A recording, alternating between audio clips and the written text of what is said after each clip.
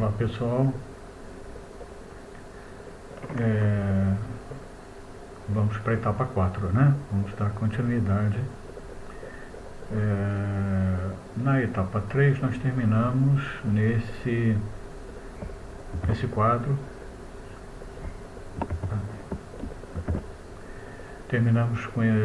Estávamos nesse quadro onde estávamos realizando uma simulação do que poderia estar acontecendo com acontecendo no nosso problema.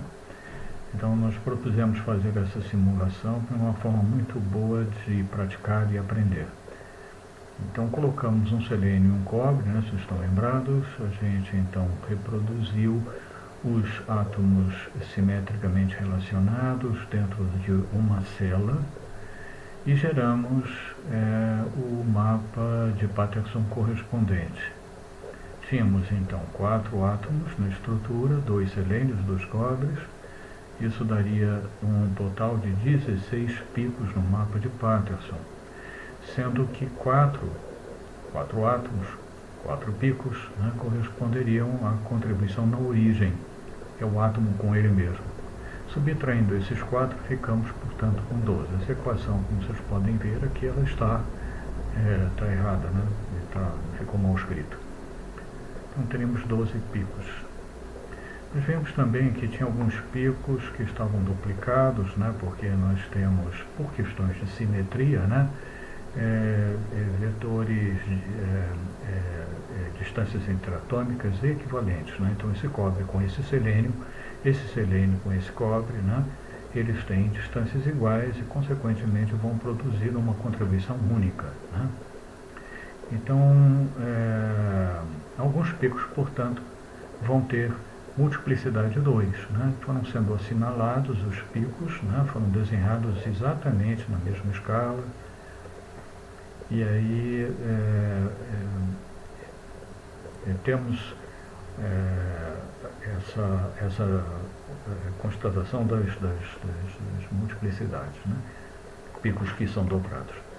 Bom, e aí o que fizemos foi o seguinte: nós montamos uma tabelinha, né, com os resultados finais, né?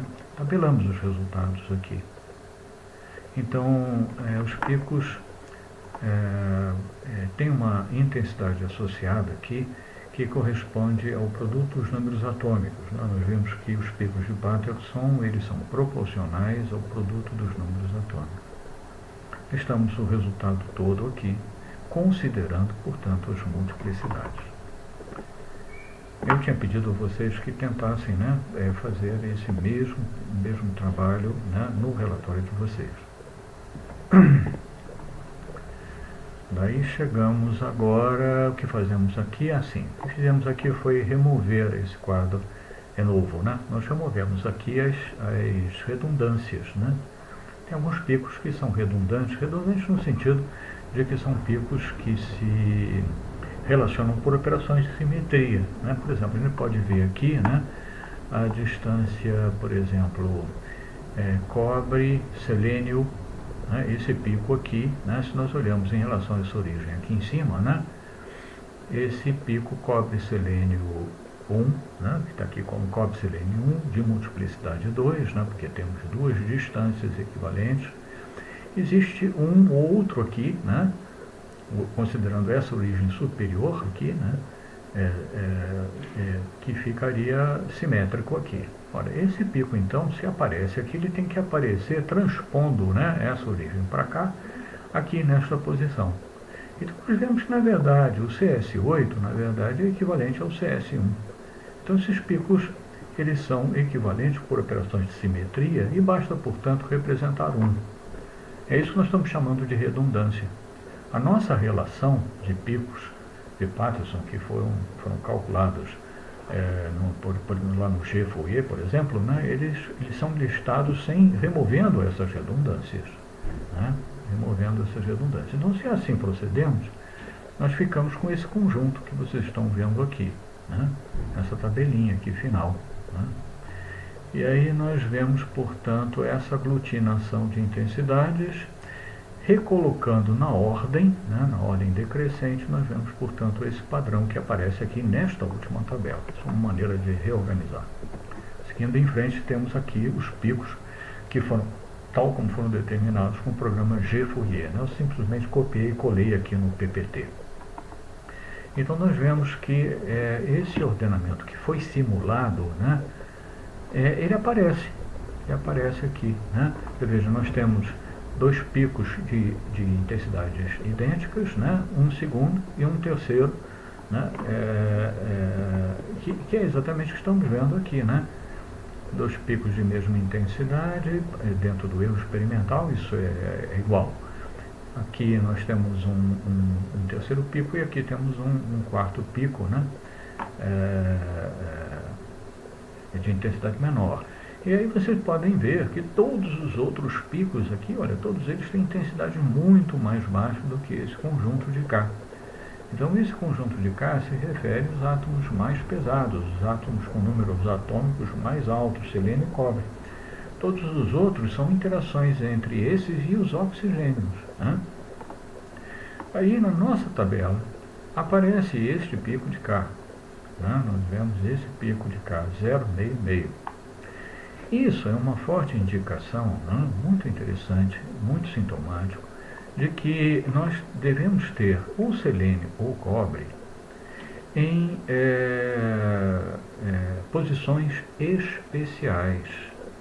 Posições especiais, que são as posições que têm por simetria centros de inversão, né? Se vocês olharem lá, né, a tabela, né,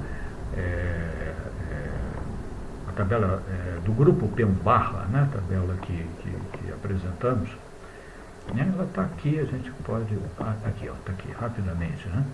Essa tabela de cá, aqui estão as posições especiais, né, estão listadas aqui, essas posições especiais, elas correspondem aos centros dos planos, correspondem aos centros, ao meio das arestas, né, e todos esses pontos são pontos em que a simetria pontual local é um centro de inversão. Estão todos aqui marcados com barra, né?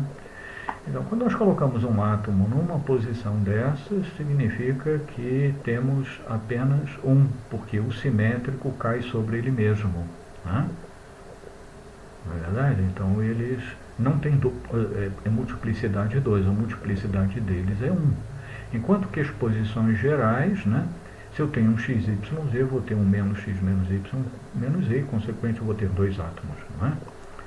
E se vocês olham, são todos fracionários pegando a metade. Então, se eu faço um menos o outro, né, é aí que surgem os vetores de Patterson, né, vão aparecer o valor meio. Então, olha, isso é muito sintomático de que, né, olhando para o pico 4 aqui, nós devemos ter átomos nessas posições especiais, não é verdade? Então, em P1 barra, voltando ao que falamos, em P1 barra as posições especiais têm multiplicidade de 1 e as posições gerais têm multiplicidade de 2. Né? Consequência, se colocamos um selênio ou um cobre numa posição especial, temos que colocar outro numa segunda posição especial. Não é verdade? Porque se o selênio, por exemplo, ele está numa posição especial simétrica a ele mesmo, então a multiplicidade é 1. Né? Então, se o cobre, por exemplo, está numa posição geral, temos 2, né? E o selênio teria 1, se fosse apenas um selênio numa posição especial. Então, se temos um selênio numa posição especial, temos que ter outro selênio numa outra posição especial para que a contagem não se perca, né? A fórmula unitária, a fórmula química seja cumprida, né? Eu tenho que ter a mesma proporção de selênio e cobre, a mesma quantidade de selênio e cobre, é 1 para 1, não é isso? Então, eu posso fazer uma segunda etapa de simulação, né? Posso, por exemplo, num primeiro momento, escolher um selênio na posição origem e tenho que, obviamente, colocar outro selênio, vou colocar no meio desse plano BC, 0,5,5. E vou manter um cobre numa posição geral, né? Mantenho o cobre aqui na posição geral. Com isso, eu tenho 2 selênios e 2 cobres, quer dizer, eu mantenho, portanto, né, a proporção. Eu estou colocando aqui 0,1 meio no meio, porque veja bem, se eu fizer a diferença de coordenadas, ou do vetor posição desse selênio com esse selênio, esse menos esse, né, vai dar justamente o pico 4. Olha lá, 0,5 meio, né, se eu faço esse menos esse, né. Então, vou aqui interpretar, aqui na minha simulação, aqui estão os picos correspondentes, como fica o mapa de Patterson nessas condições. E o pico SS3, que é esse de cá, eu vou identificá-lo como sendo o pico 4 da minha relação gerada no G Fourier, tá certo?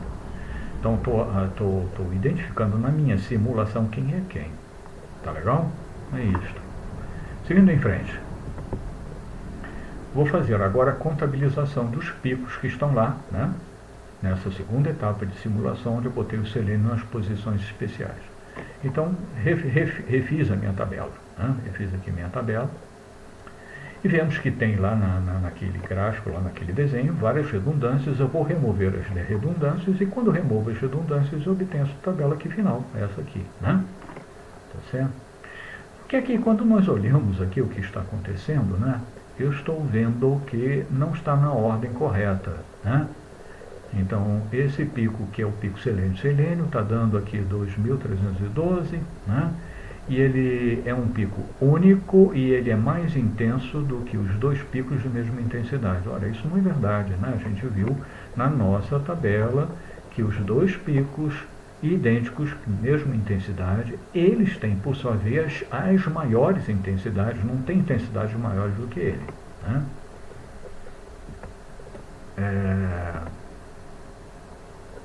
Então, o que erramos aqui na nossa interpretação? É muito simples, né? Quer dizer, na verdade, nós colocamos nas posições especiais o selênio ao invés do cobre, quer dizer, eu quero dizer, o correto seria colocar o cobre, isso que eu quero dizer, né?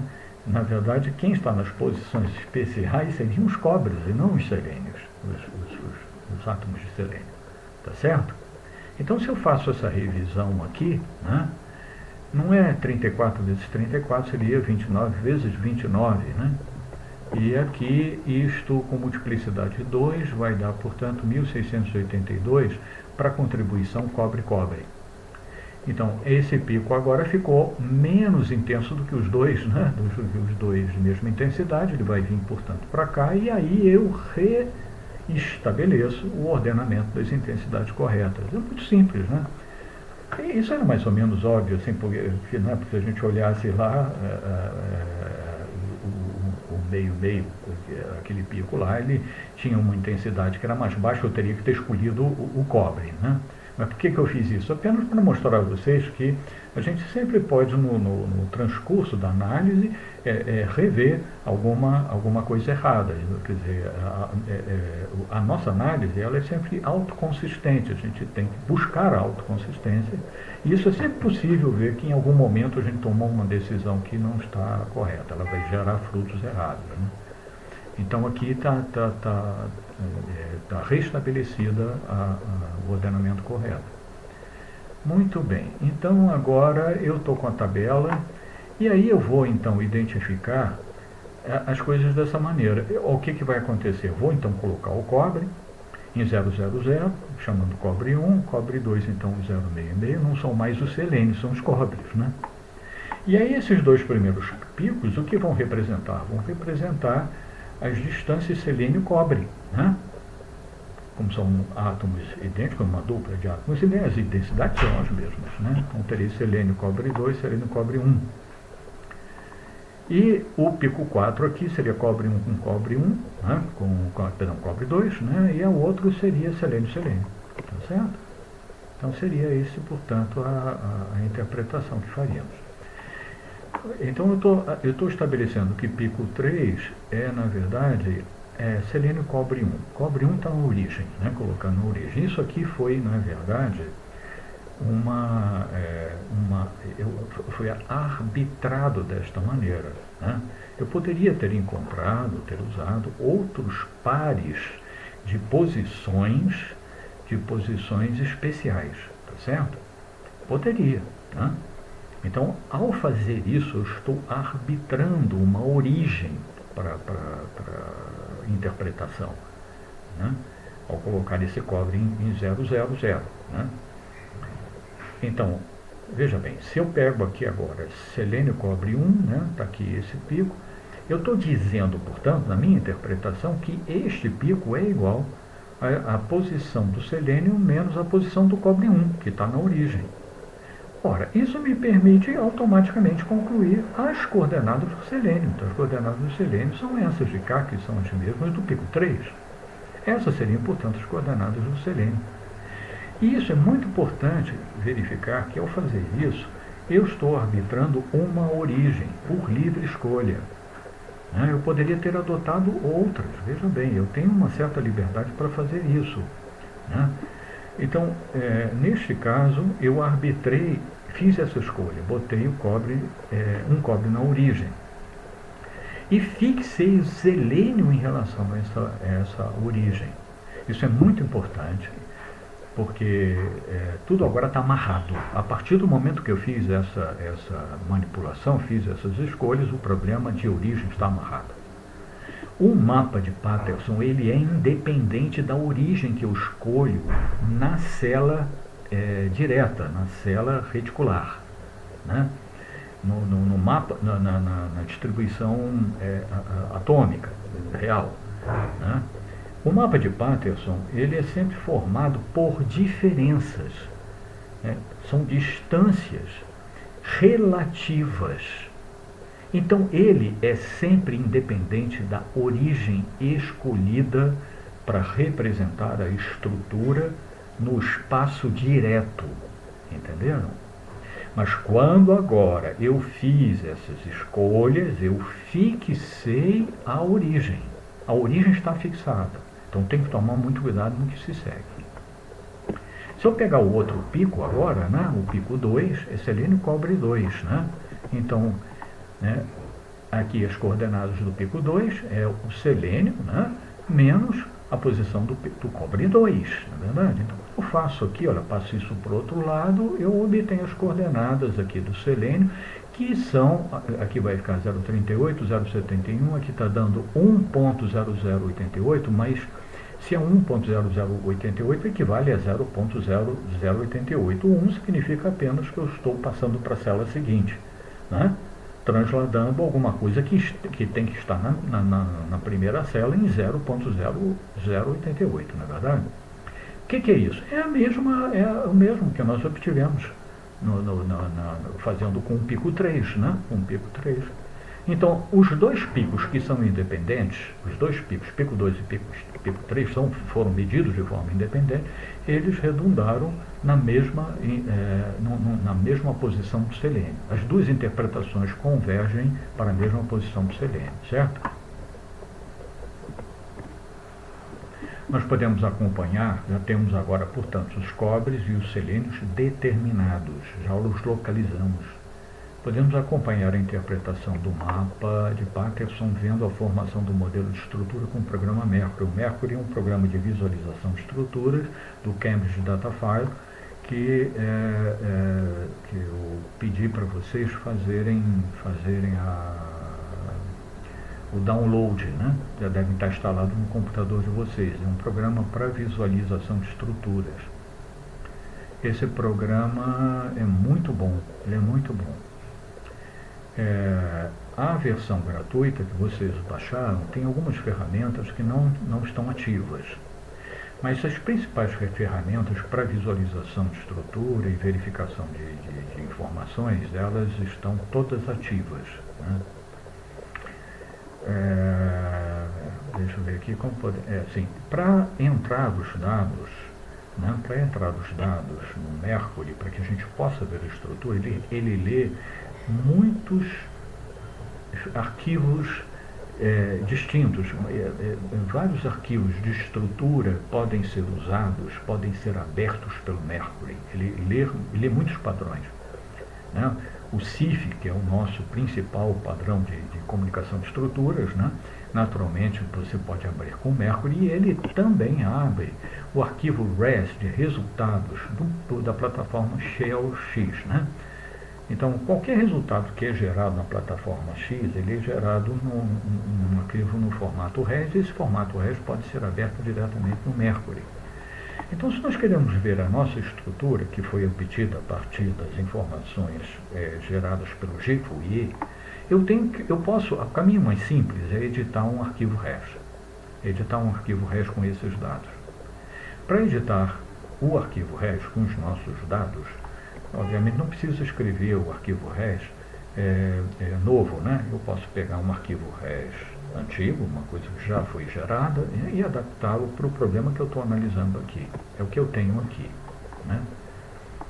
Eu peguei um arquivo RES que nós já tínhamos obtido lá na análise com o Shell XS, né? Quando nós rodamos o Shell XS para fazer o mapa de Patterson e localizar picos, uma das coisas que ele fez foi gerar uma solução, né? Ele encontrou átomos lá. Depois vamos até ver o que ele encontrou lá, exatamente para a gente voltar aqui e discutir. Mas aquele arquivo RES que está lá, eu posso utilizá-lo para colocar os dados da minha interpretação. É o que eu fiz aqui, tá certo? Foi aqui, eu editei, portanto, aquele arquivo RES com os dados que nós obtivemos agora, tá certo? Então nós podemos agora visualizar. Eu vou sair aqui um instantinho do PPT. Vamos aqui, entramos aqui, olha aqui está, aqui Mercury, tá certo? Vamos chamar o Mercury.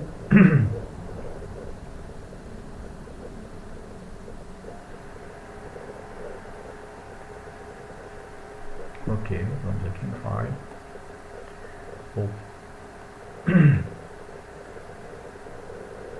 Aqui já está o diretório com o resultado, né? Que é aquele arquivo que acabamos de ver, né? Está aqui, abrir, né? Pronto, está aí. Vemos os 2 cobres e o selênio, está aqui, né? Nós vamos vir aqui em Packing, tá certo? Mandamos ele, então, reproduzir a célula, né? Então nós vemos agora a célula, entende, com todos os átomos, né? Os cobres na origem, né? Tá aqui os 2 cobres, os dois selênios, e os cobres 1, né? Aqui 1 e 2, né? 1 e 2, colocados nas posições especiais, na origem e no meio da face BC, né? Veja, da face AC, perdão. BC, aqui é BC. Né?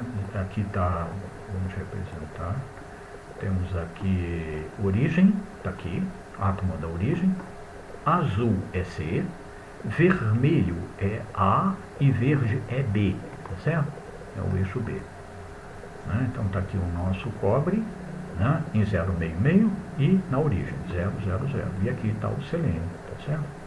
Então nós estamos vendo que está surgindo alguma coisa que não está mostrando nenhum conflito, né? Cristalométrico, né?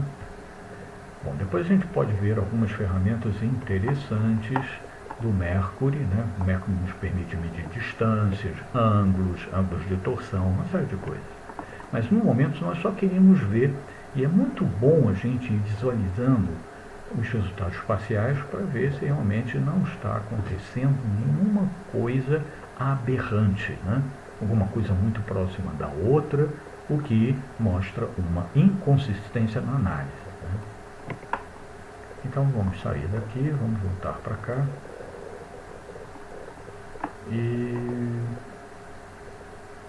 Bom, então é isso. Então o que nós temos aqui? Nós temos já a posição. O que fizemos aqui? Conseguimos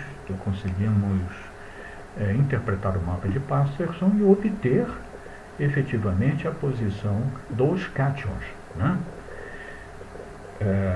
Tem uma coisa aqui agora, uma coisa final, que é exatamente o pico 5, né? Aquele pico 5 que nós interpretamos como sendo selênio, né? Então, se aquele pico 5 é o selênio, tecnicamente a gente pode também tirar daquele pico as coordenadas do selênio, né? Poderemos também obter as coordenadas do selênio. Mas temos que ter muito cuidado do ponto de vista da origem, né? Porque a escolha que nós fizemos lá já fixou a origem. Tá certo? Então, esta interpretação do pico 5 tem que obedecer à origem escolhida. Se eu em termos gerais, né, considero o pico 5 como centro selênio, né, e considero a convenção normal que me estabelece que no grupo P1 barra a origem é uma posição, é um centro, o centro de inversão está na origem, significa que se eu ponho, né, um selênio em XYZ, o outro está em menos X menos Y menos Z, e o vetor de Patterson vai ser um menos o outro, né, vai ser 2X, 2Y, 2Z. Né? Isso na célula primitiva, na célula direta. Não é isso? Então, se eu pego aqui o pico 5, né, substituo o pico 5 aqui, né, e calculo, portanto, quem é x, y, z, eu estou obtendo as coordenadas do selênio para essa origem. Não é verdade? Para essa origem.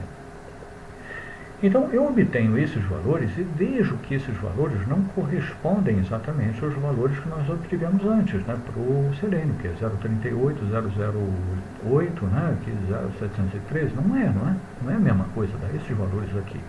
Mas veja bem, se eu pegar esses camaradas e somar este vetor, né, que corresponde justamente a uma translação de O para O', né, então eu estou transladando as coordenadas para a nova origem, né, olha o que eu obtenho aqui, 0,38, 0,01, 0,71, que são exatamente as coordenadas do selênio, né, as coordenadas que nós já obtivemos. Então obtemos a mesma coisa, interpretando o pico 5, olha bem, tá certo? E então, isso é rápido aqui, só para concluir, chegamos aqui, o que fazemos agora? O que fazemos agora com os átomos selênio e cobre determinados, nós vamos tentar continuar a interpretação do mapa de Patterson. E daqueles outros picos de mais baixa intensidade, nós vamos então obter os oxigênios. E vamos, com isso, completando a estrutura, vamos encontrar todos os oxigênios que são consistentes com a fórmula química, né? Com a fórmula unitária. Então, podemos fazer isso, eu deixaria isso como um desafio para vocês, um problema, um quebra-cabeça muito interessante. Agora, ir pegando todos os oxigênios a partir daquela tabela. Mas, nós não vamos fazer isso, nós vamos seguir um outro caminho, tá certo? Um outro caminho muito mais interessante, vamos seguir esse outro caminho, porque esse outro caminho é novo para nós, né? Só para a gente poder aprender. O que nós vamos fazer? Nós vamos completar a estrutura com a síntese FO. Vocês estão lembrados da síntese FO? Nós já falamos sobre ela em algumas aulas anteriores. Tem uma olhada lá sobre o que é a síntese FO. Nós vamos voltar para a plataforma Shell X, tá certo? Para fazer, completar a estrutura, né, usando a síntese FO. É isso que vamos fazer. E fica o desafio de que vocês seguirem essa linha de raciocínio e determinando a posição dos oxigênios através da tabela dos picos de Patterson, tá certo? Um desafio, de qualquer forma. Pessoal, eu termino por aqui e para essa coisa não ficar muito grande, tá certo? Um abraço, portanto, um abraço a todos.